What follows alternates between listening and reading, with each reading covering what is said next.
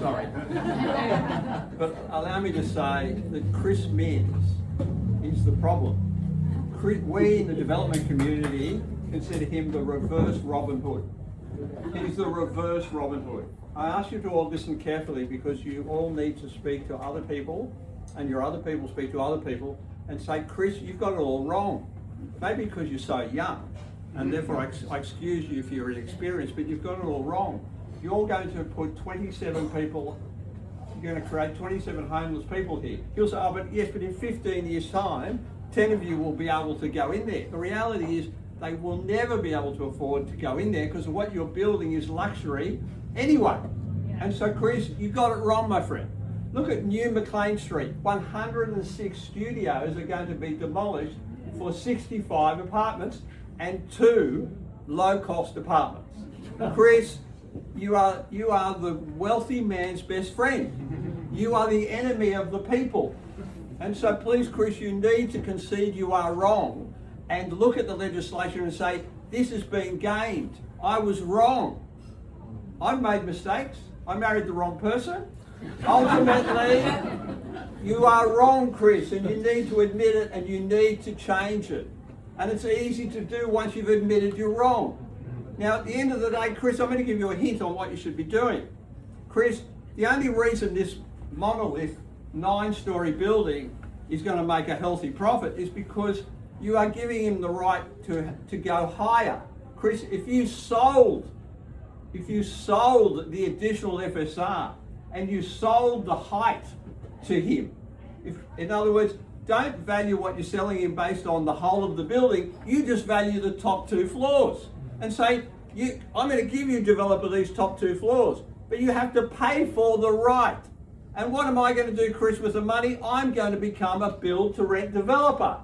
I'm going to build what everybody needs at the lower end of the market. So, Chris, you've just got it wrong. You need help, my friend. I'm here to give it to you. Okay? The average rent is $580, I'm guessing, at 160 Oxford Street, Paddington. No, it's much lower. Good.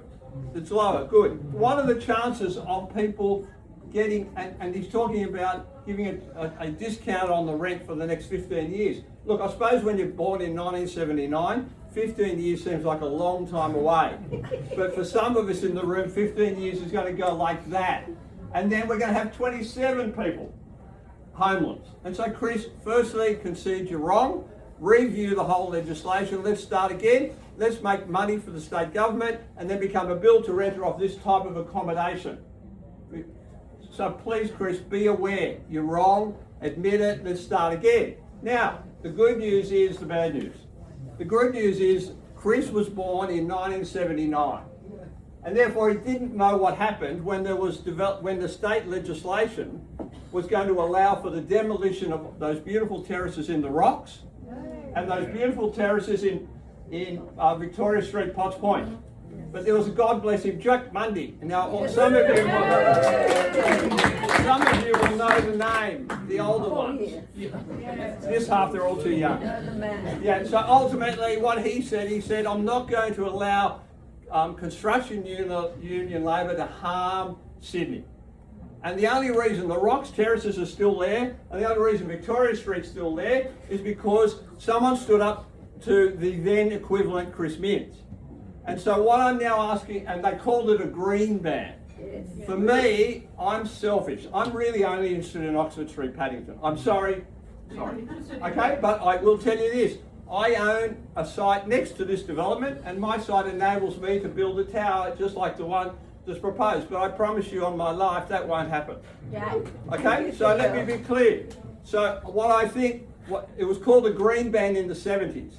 It was the 70s thing. Chris wasn't even born. He was born in 79. I want all of you to let him know about there's another way of stopping bad legislation. You call upon others to help you. Call upon the unions and say, look, don't participate in this.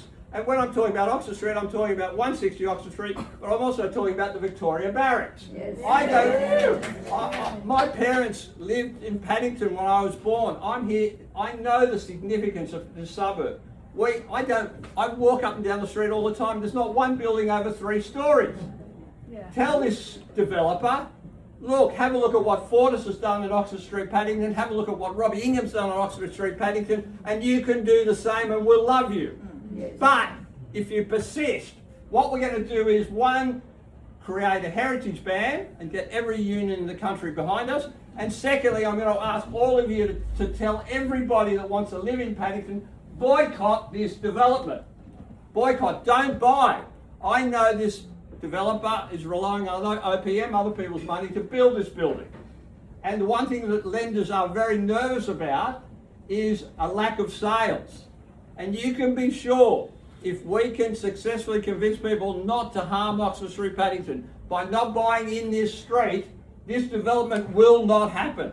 It's that simple. He needs the money of his lenders, and the lenders want pre-sales.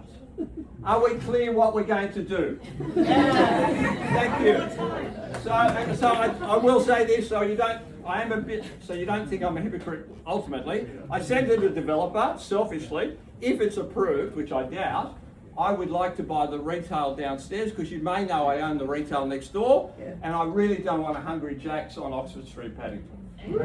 Okay, and so I have said to him, if it's approved, I said to him I oppose it, and I don't think he realised how strongly I oppose it, but he will discover it, I'm sure, when you let all your friends know and take you four corners. At the end of the day, let's get the unions behind us, let's protect Oxford Street, let's tell everybody, tell the real estate agents, don't work with this guy on this building.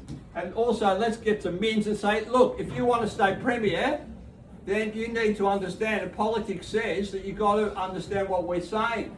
You're hurting the people that support you. Last time I looked, you were a Labor Party member, not a Liberal Party member. So wake up, Chris. You're in trouble. Change it now quickly, and thank you for listening.